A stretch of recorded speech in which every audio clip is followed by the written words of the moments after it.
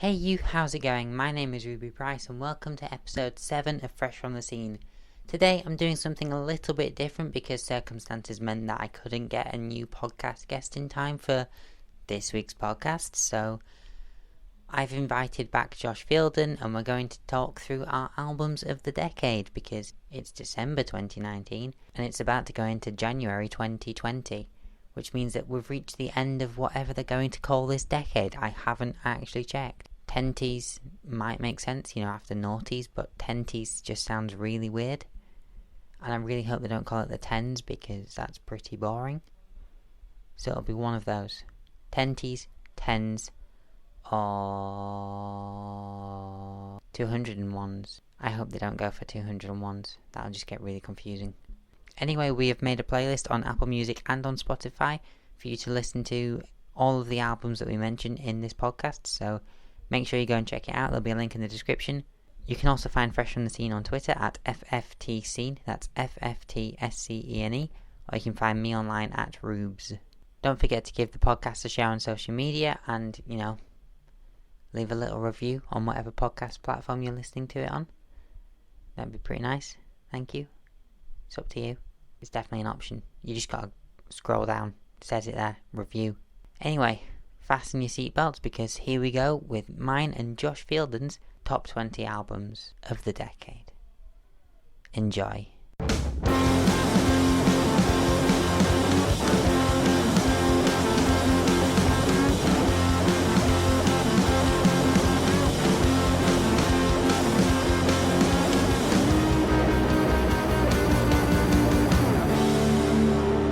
You're listening to Fresh from the Scene with your host, Ruby Price. Welcome to Fresh from the Scene. Today I'm doing something a little bit different because it's the end of the decade and the end of the year.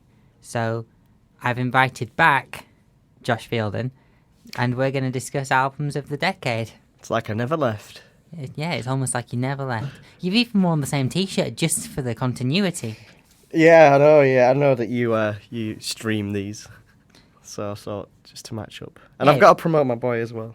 Yeah, promote your boy, Alex Vallejo. Yeah. But yeah, I asked Josh to assemble a list of, 10 albums that, are basically his favourite or just ones that he really, felt like defined his decade. Yeah, so I had a real hard time compiling this list. Yeah. It's not in any particular order. It's not necessarily my favourites. No, sorry, they are all my favourites, but they might not be my favourites.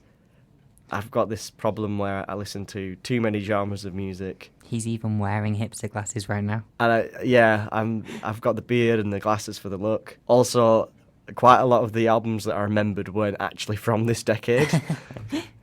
So that caught me out a few times. But yeah, here's a good cross-section of albums that I've really enjoyed this decade. So before we get started, do you have any honourable mentions? Behind the Devil's Back, Firestar. Oh, yeah. See, I'm going to say an album from like the 70s or something if you just let me off. It's a very honourable mention. Yeah, off script. Well, no, let's stick to the list because I don't want to be factually incorrect and some angry tweeter come at me. I've also got some honourable mentions. Okay. Yeah, to name 3. AM Arctic Monkeys, It's not their best album, but it's their best album of this decade. Do you know what? Oh, no, wait, it's not this decade, so never mind. I was going to say Humbug, but that's 2009. Yeah. Yeah, that is probably their best album. It's my favourite record, Yeah. I think the Josh Homme. Josh Ohm, yeah. His influence on that record it's definitely a sound. It's really unique, and I like that. Unfortunately, this isn't 2009, it's 2019, so strike Humbug from the record. Also, Noel Gallagher's High Flying Birds, self-titled album. I think it's probably the best thing he's done since the 3rd album of Oasis. And then also, just to round it off, State Champs Around the World and Back, a classic staple of pop punk. Awesome. Yeah. I like that. You've got quite a broad taste. Wait till you hear the top 10 list. So, anyway, hit me up with something from your top 10, Josh. Do you want to go super hipster or not? Super Let's make hipster you or approachable like first. mainstream hipster. Okay, so because of the internet, Childish Gambino. Oh, yeah. And it just beats out Awaken My Love because Zealots of Stockholm it's just got this crazy synth pattern, and I love it. And I pretty much listen to it sometimes just for that one song. Just one crazy synth pattern. Yeah, like the wilder, the weird. I think it's definitely the experimental one, which I respect that.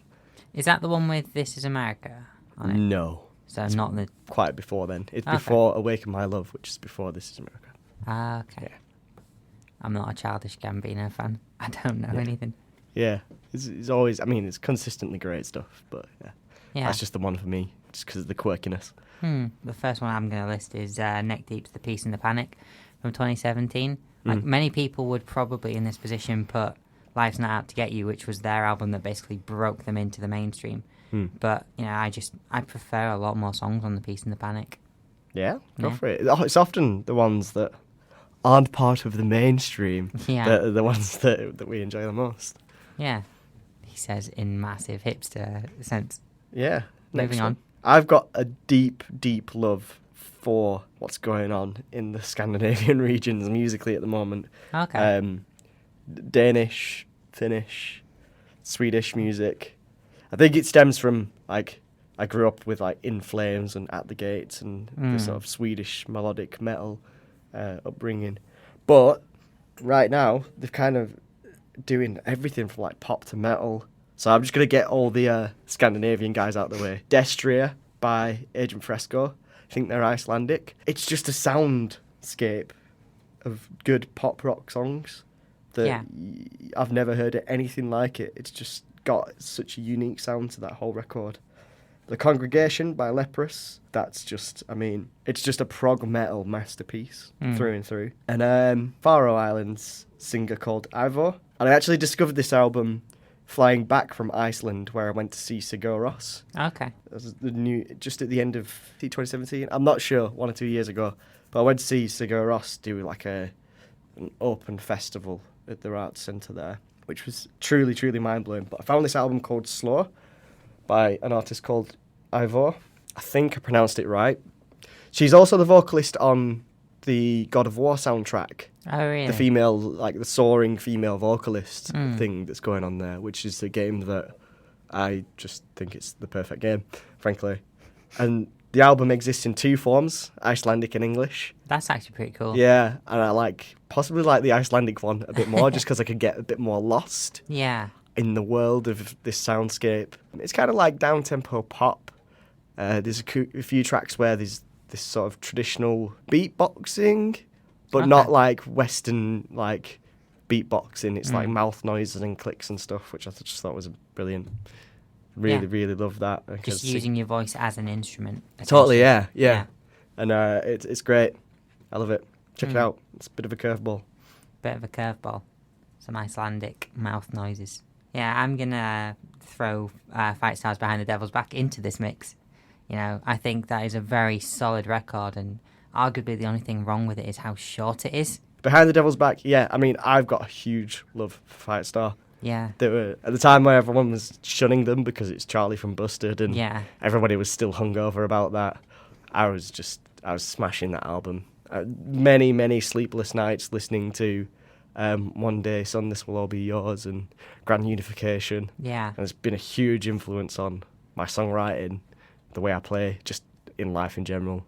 Even Be Human, like, that gets a bit of a bad rep, but I like that they tried something different with it. Yeah. It's kind of like a really dry production. The first Fight Star song I actually heard was Mercury Summer, which is obviously off Be Human. Yeah. And then it remained the only Fight Star song I heard until, I think Sharp Tongue was the single that they dropped from Behind the Devil's Back. And I was like, what the fuck is going on? Yeah, it's a bit of a departure, right? Yeah. That's the thing I love. They're not afraid to cover such a broad spectrum of sounds. Yeah. I'm here for that. I'm here for that all the time. I mean, Behind the Devil's Back itself, like, you've got obviously the aggressive, songs like Sharp Tongue, but then you've also got things like Dive or, the Parts ballads. of Animal, the It's a ballads. really well-balanced record. It's a super well-balanced record, and it all sounds like unified. That album all sounds like it comes from that same space, no matter how diverse the songwriting may be. Yeah, you're right. It's criminally short. Yeah. I could do with another 30 minutes of that record. It's really short.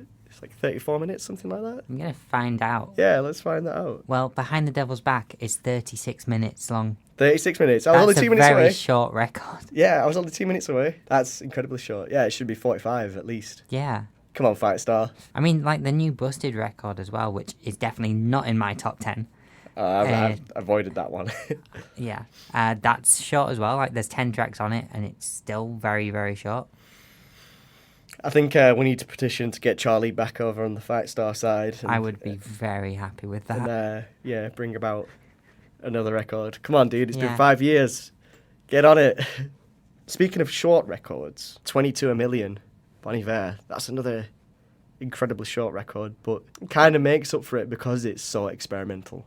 Mm. I mean, there's sounds on there that I couldn't even imagine, like conjure up in my brain. Yeah. These sounds that are on there. So just for experimental factor alone, that wins my decade Your vote. for Bon Iver records. I'm going to chuck into the equation a new record from this year. Bang Bang Romeo, Heartbreaker's Guide to the Galaxy. Like, it's an album I was waiting for a very long time, having known Rich, like, from before the days of Bang Bang Romeo being signed to, I think it's 5-7. Yeah, I mean, there's Doncaster local guys, Yeah. right? Yeah, they're absolutely crushing it at the moment. Yeah. I'm a sinner. I've not listened to the album yet, but I'll Um, make sure to very, very shortly. I think we should assemble a playlist on both Apple Music and Spotify for this list of songs. Yeah, totally. Why Yeah. not? I can suggest things all day. I specify Apple Music because Josh is not a fan of Spotify. Well, I mean, Apple Music is also the lesser of two evils, but the argument that I make every single time, and I want to be vocal about it, but not offensive. Just It's a fine say line. it. I listen to a lot of local music Mm. more so than mainstream music, really. And the way Spotify operates, it's like a top-down system. So your Ed Sheerans, your Beyoncés, they're on like a fixed wage, and then the scraps trickle down through a very, very densely veiled net of crap. With Apple Music, they don't need bailing out in the same way that Spotify do. Spotify have never once made a profit Yeah. because of greedy CEOs and these contracts where your top artists are basically on a fixed fee. Apple Music's also part of another evil conglomerate, Corporation. but that also means that it can subsidise and afford to not have those contracts, which means that the pay system is fairer. For me, and this is when I changed over, is when I was looking at royalties from the Mahatma Raindrop records, which I managed the releases for. You would need 3 times as many listens on Spotify to make. It's literally 3 times as much pay. So when I'm listening to my friends and local artists, I feel I sleep a little easier at night knowing that You're giving them 3 they're times as getting much from 3 one times as stream. much from one stream. Yeah, and I wish I could like stream farm, but that's technically fraud. I'm not committing fraud, but yeah, I just think it's a fairer pay system. It's not fair. It's But not. fairer. It's fairer. Yeah, it is Yeah. the lesser of two evils. And also, I found the app more stable, but that's more of just a Personal preference. phone, whatever phone you're using, developer thing. Yeah. Another album? A Fever Dream, Everything. Okay. Now, I wasn't into Everything for a longest time because I just never come across them. A good friend of mine put me onto them. And then shortly after I was an Everything fan, I saw them like 4 or 5 times in a row. They were just gigging loads and I just saw them everywhere. Incredible live show. Incredible like take on pop music. They call themselves like avant-garde pop or something Yeah. like that. And it is. It's pop, dancey, some of it's disco, dancey, very hooky melodies, but odd, like slightly off kilter. A Fever Dream, it was the last record they put out, other than the EP, which was just like a 2-3 track EP. And it's got some really dark, like the title track itself is really dark piano ballad. And it's got polyrhythms in. Polyrhythms are cool. I like prog music. So it's like polyrhythmic pop music. Yeah, I'm all in. But it's got super big poppy tunes like Can't Do. So it's again a broad experimental spectrum. You see a theme here. I like people that take. You like it when they go for something a little bit different to Yeah. what everyone else in Yeah. said part of the industry is doing. Yeah, I'm totally here for the quirks. Yeah. Yeah. And I believe they're Manchester based, so fairly local. Hmm. And yeah, crushing it. I'm going to throw in Bring Me the Horizon Sempiternal from 2013. Oh, do you know what? I nearly went with that as Yeah. well. I nearly put that in there. Yeah, I feel like it's an album that basically revolutionised, like, not specifically British, but at the same time British just sort of metalcore. Yeah. You know, like, that album started almost a revolution. It definitely fast-tracked it to the mainstream. Yeah. It was... I mean, look at where Bring Me the Horizon are now. They're getting Radio 1 play. Yeah, At the same totally. time that, like, you know... Sempiternal had Radio 1 play. Yeah. Maybe on, like, the evening show, but, Yeah. it definitely... It had, like, you know, Daniel P. Carter and stuff like that. Like, now it's... Well, I don't even know any Radio 1 presenters anymore. It's the state that I'm in. It totally stepped that... It broke down that barrier. Yeah. You know, when I was growing up and I was skating on the streets, whatever. I was the Mosher crew, you know. I listened to... It was like death to all but metal. I'm not going to listen to your pop crap. It was if it's got auto-tune in it, it's fake yeah, music. totally. And it was like the moshers and the goths and the skaters versus the chavs and the footy kids. And it just broke down that wall. Yeah, It definitely. was just like, it's okay to like rock music. And then all the rock dudes were like, oh, it's okay to like synths now. Yeah, Because, yeah. definitely. Seminole, there's a pun there. Seminal. Sempinal. No, Yeah, we'll go with that. we'll go with that. Rather than spend an hour just coming up with one pun. We've got to talk about Enter Shikari whilst Yeah. we're here. I mean, they're the album. The fact we've both got Enter Shikari on this list, but, you know. They're the artist of the decade. Yeah, frankly. definitely. As far- When did Take to the Skies come out? 2008? 2007? Maybe 2007. And since then, it's been such a joy to watch them grow in that way, in the way that they have. Yeah, it's been such a joy to watch them. I was a denier at first, you know. Sorry or not. You know, it's so corny, and I was like, oh, what's all these arpeggios and synths about? in why does it sound like dance music but metal? Oh, it's so cheesy. I hate it. It's emo. It's Wemo music. But it didn't take me long to come round, and big fan since Take to the Skies. And they've just gone from strength to strength to strength to strength. My personal favourite is the Minesweep. Yeah, I think it just appeals to my... the appeal and the Minesweep. It does. It appeals to my sense of...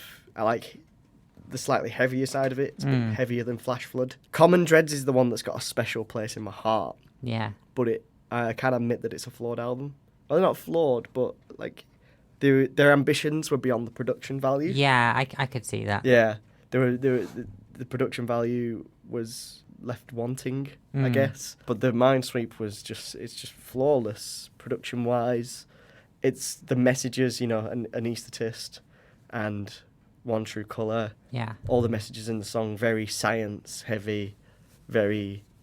They're future historians as well. Yeah, very science. Even the emotional ballad song. Yeah. It's got like this Einstein level of intelligence Yeah. sewed into it, and I love that.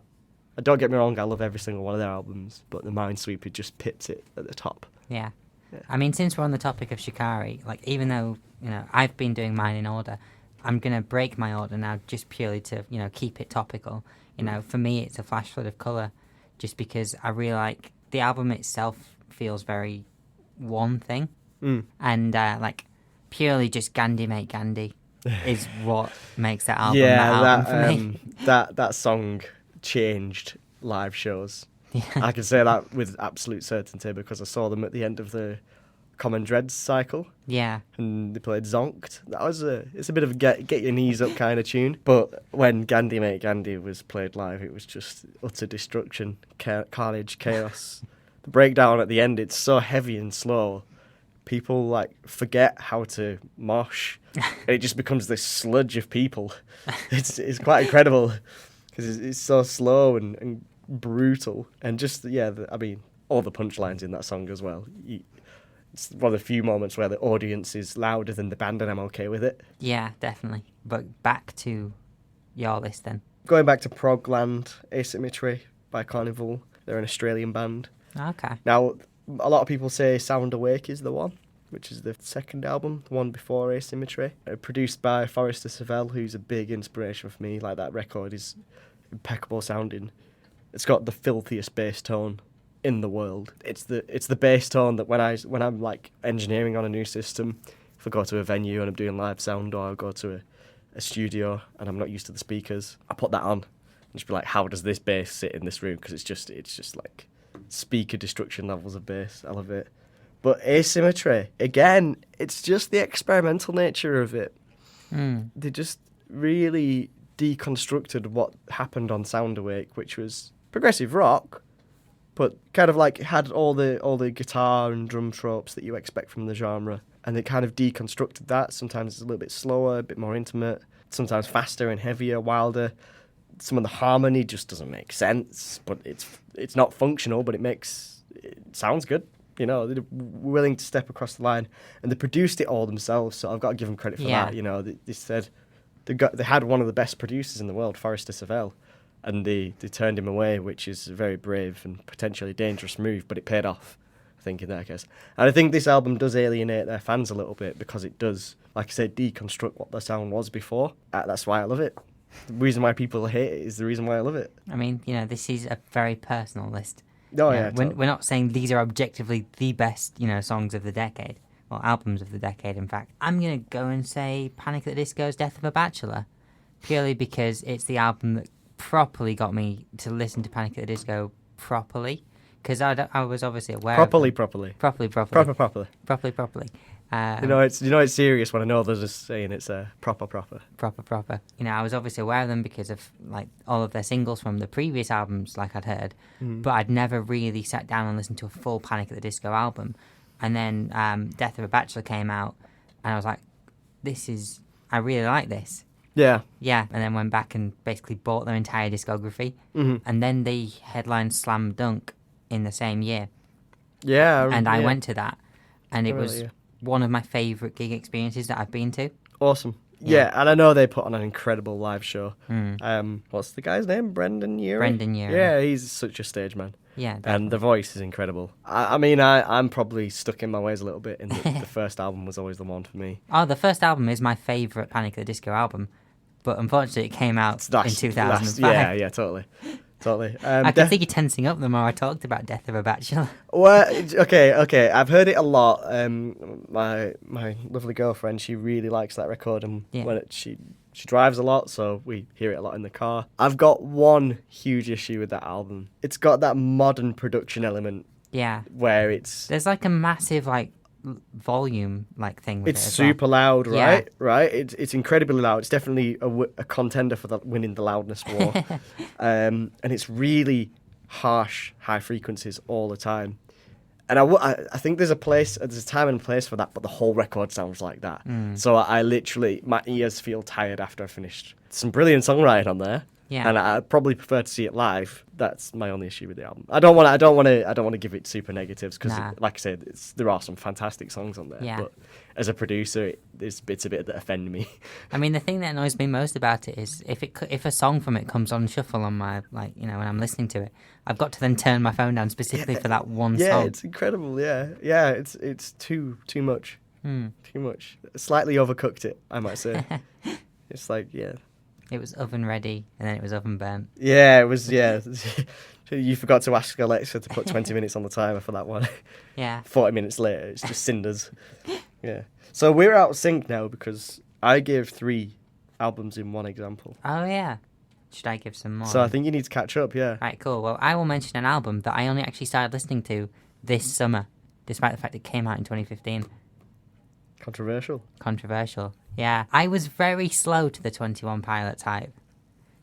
Yeah. Yeah, which is sort of strange because I'm like a fangirl. I'm probably 21 Pilots' target audience, other than the fact that I'm 24. Yeah, I can see that. Yeah, but I saw them co-headlining Leeds Fest this summer, and all of a sudden, like, just something switched. I went back and I listened to all of their discography, and the one album that stuck out is Blurry Face. Like, I do enjoy the Trench, but I think Blurry Face as itself is a more solid record for what it is that they do, because they're obviously very diverse, that, like, they don't really Yeah, I have no idea genre. what genre they are. I don't know what genre they everything? are, and I've seen them. Do they know what genre they are? But that's cool, I respect that. I guess it's like Primus. Their genre is 21 Pilots. Primus' genre is Primus. Primus fucking suck. Yeah. I'm just using an example. Yeah. You don't get it? No. Primus fucking suck is like the band thing. That's what their fans say. That's Okay. like their call out. Primus fucking suck. I think it's meant to be super like ironic upon irony. Yeah. You know. But yeah, so if I'm catching up, I need another one, don't I? Another band that I slept on, really. The 1975. Sleeper Man, yeah. I did not think that I would ever actually say this. But, you know, A Brief Inquiry into Online Relationships, which I know isn't your favourite. Is that the new one? Or the one before the new one? It's the one with Give Yourself a Try. Oh, yeah. I'm going to keep quiet on this one because Yeah. I think it's horrible. Yeah, I mean, this is That's all I'm going to say. This is the one that actually got me listening to the 1975 because I was on my way back from London and I needed stuff to listen to, and I was like, well, my friends have told me that this is alright, and I listened to it and it just sort of, you know, I just really like the composing aspect to this album. Like, there's a lot of unconventional song structure choices that I wouldn't have expected to be on it. Yeah, they're not going in the pop outline of songs anymore.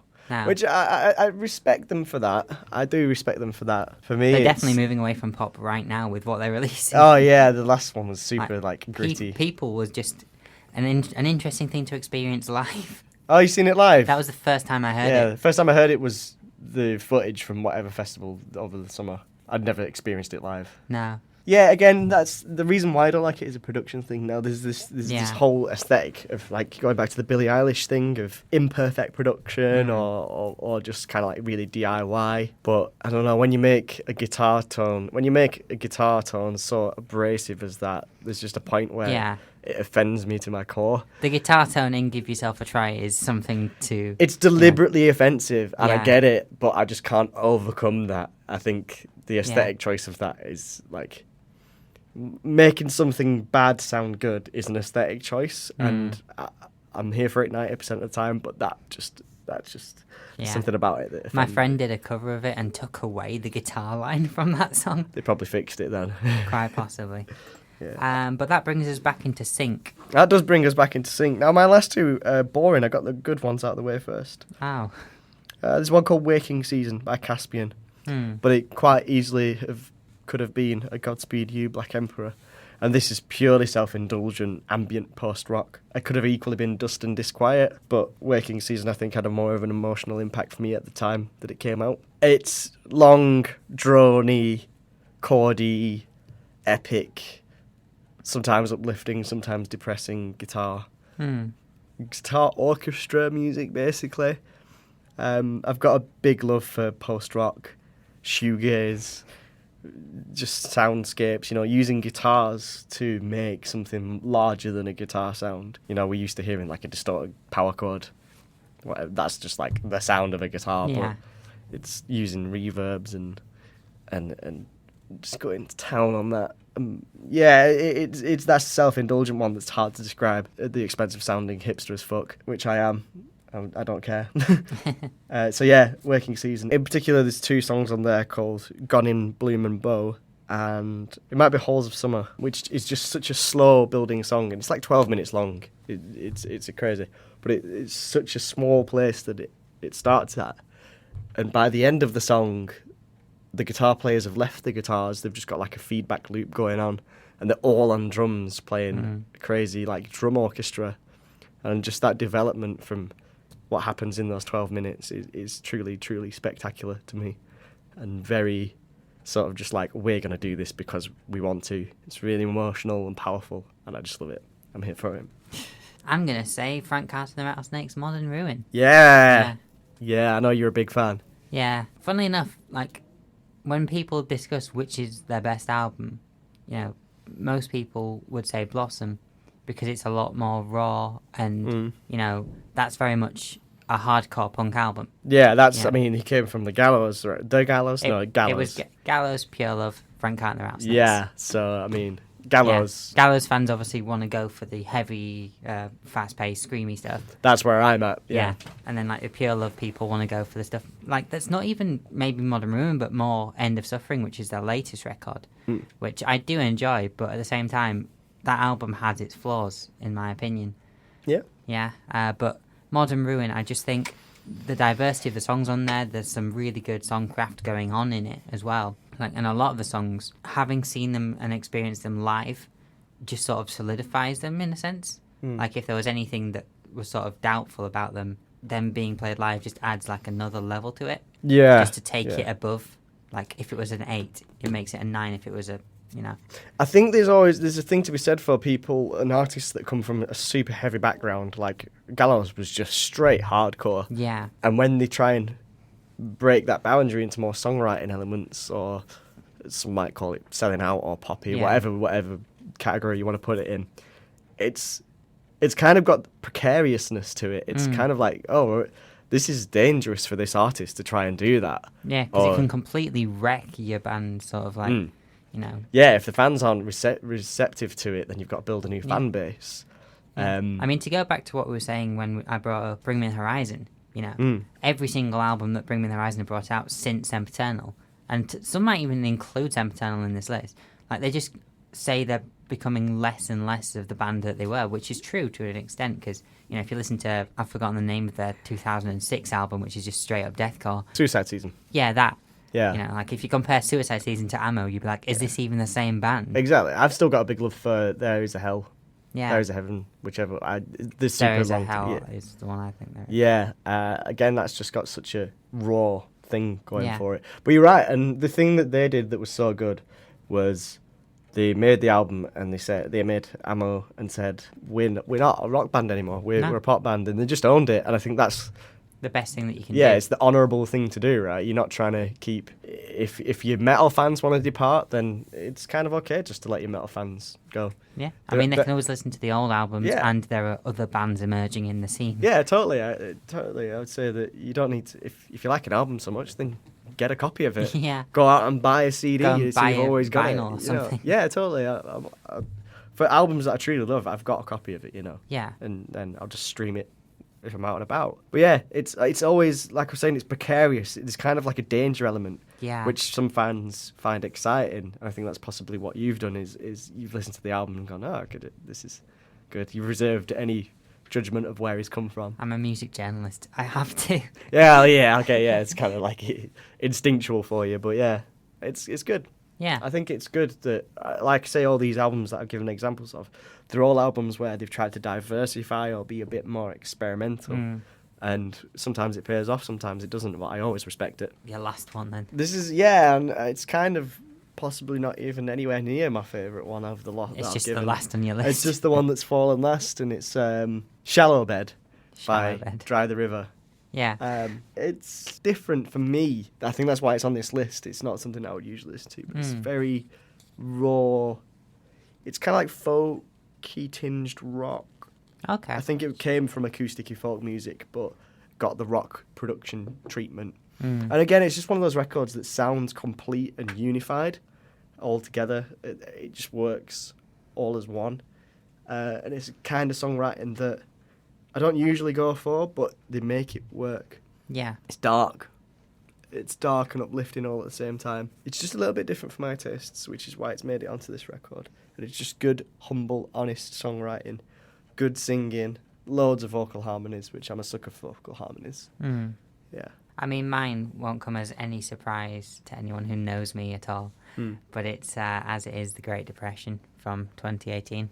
Yeah? Yeah, I just really like the fact that a band who had been, just written off as just like a nasally pop punk band, just sort of thought, you know what, we're gonna go heavier for our next album. Like, that's not normally the trajectory that you get. Yeah, right. In pop punk. So we're on about the opposite happening with Bring Me the Horizon and Frank Carter. Yeah, it's like so they've gone heavier now. Yeah, awesome. A lot of their influences that they list for the Great Depression are bands like Funeral for a Friend, bands that like Welsh post-hardcore scene at least. Yeah. Do you think maybe they did that because there's this like barrier breaking thing happening now between rock and the mainstream? Quite possibly, because I've heard some of the demos from the Great Depression, which were recorded during like the previous album cycle, and they were very much just pop punky. Like, I don't think I would have enjoyed this album as much I say as an As It Is fan, if it had been the way that, you know, like, I know it's a demo, but if it had been the way that the demo was recorded and how it sounded, you know, Yeah. just there's a completely different vibe, and the way the album itself is made up. The album is deliberately made as an album, you know, like it's got specific sections to it. It's designed to be played on a record player in a sense. Is it sort of like a concept album? Yes, it is very much It's a concept album. Right, okay, yeah. Yeah. Awesome. Like, yeah, I think you can't go wrong with a concept album. Yeah, I think that there's a lot of people say like the format of the album is dying. Yeah. Well, no, I don't think it is. I think people just need to. I don't know. When you're in the industry, you get told that you have to make singles, and you have to keep constantly pushing out content. But I think if you do what As It Is done and just consolidate yourselves, maybe you don't get heard of for like a year or two whilst you're making the record, but just go for it. I don't think the album art form is dead. I think there's more pressure from the way we consume media now to be single based.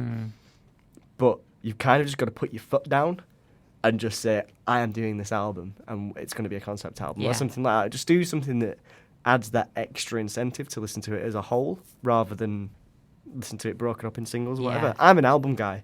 When I'm listening to music, when I'm leaving the house, I find an album and put that on. And then maybe halfway through I'll queue up the next album that I want to listen to. I'm not a random guy. I like to have an experience from beginning to end. I treat them almost like films. Yeah. You know, like you don't start like the first act of a film and then put in another DVD or Blu-ray and be Totally, like, all right, cool, I'm watching this now. Yeah, totally. It's the same concept for me. I like to. It might improve some films, but yeah, there's some films. Yeah, like I mean, this is my first experience of music editing and software was using Audacity to splice songs together. Yeah, and put songs in like I did it a lot with Avenged Sevenfold for some reason, but I'd restructure the song, like I'd cut the song, and say if I wanted the chorus to be longer, I'd double the chorus, or I wanted the chorus to be shorter, or I wanted like this middle section to come back later on in the song. I would literally do that as a kid with Audacity, and then save it to my Motorola Razr phone. And listen to it in school, on the way to school or whatever, on the bus in the morning. Oh no, I never, sometimes did the bus, but like 40-minute walk. Yeah. Yeah. Oh man. Like doing my own supercuts of songs and albums. For those of you that heard last week's podcast, there is the origins of Joshua Fielden, producer. Secrets revealed, top 10 producer tips, that some clickbait title. But yeah, those are our albums of the decade. Yeah, I'm sorry that mine was so obscure, but I hope that some people go out and listen to them. I mean, like I've said, we're going to compile a playlist together. Totally, yeah. If people go out and listen to those records and think they're terrible, then whatever, at least they've given them a chance. Yeah. If they think they're awesome, then awesome. I mean, what's the worst that can happen? You discover a new band that you really like. Exactly. Yeah. Exactly. Maybe from what I've been saying about yours, I should be a bit more open-minded as well. Maybe a little bit. That's my secret agenda here. Yeah. Just so I can come round and play board games and listen to music I like. We'll see about that. Not going to happen, is it? We'll see about that. Nah. But yeah, thank you for coming back on. You're welcome. Thanks for having me, and best of luck with the future podcasts. You're listening to Fresh from the Scene with Ruby Price. Thank you very much for listening. I'm very sorry I couldn't get a new podcast guest, but there will be quite a few podcast guests coming up. Yeah. And I figure, it's the end of the decade. We can sort of relax a little bit. I mean, who's counting really? 7 podcasts, 6 guests. Can get away with that, right? I hope we can get away with it. I'll have to check the podcast terms and conditions that I signed up for. I'm sure there'll be a rule somewhere.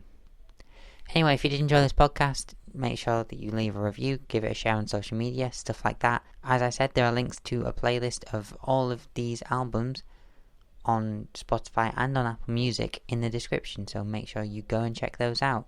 I should be back next week, just after Christmas, with a new podcast, so make sure you keep an ear out for that.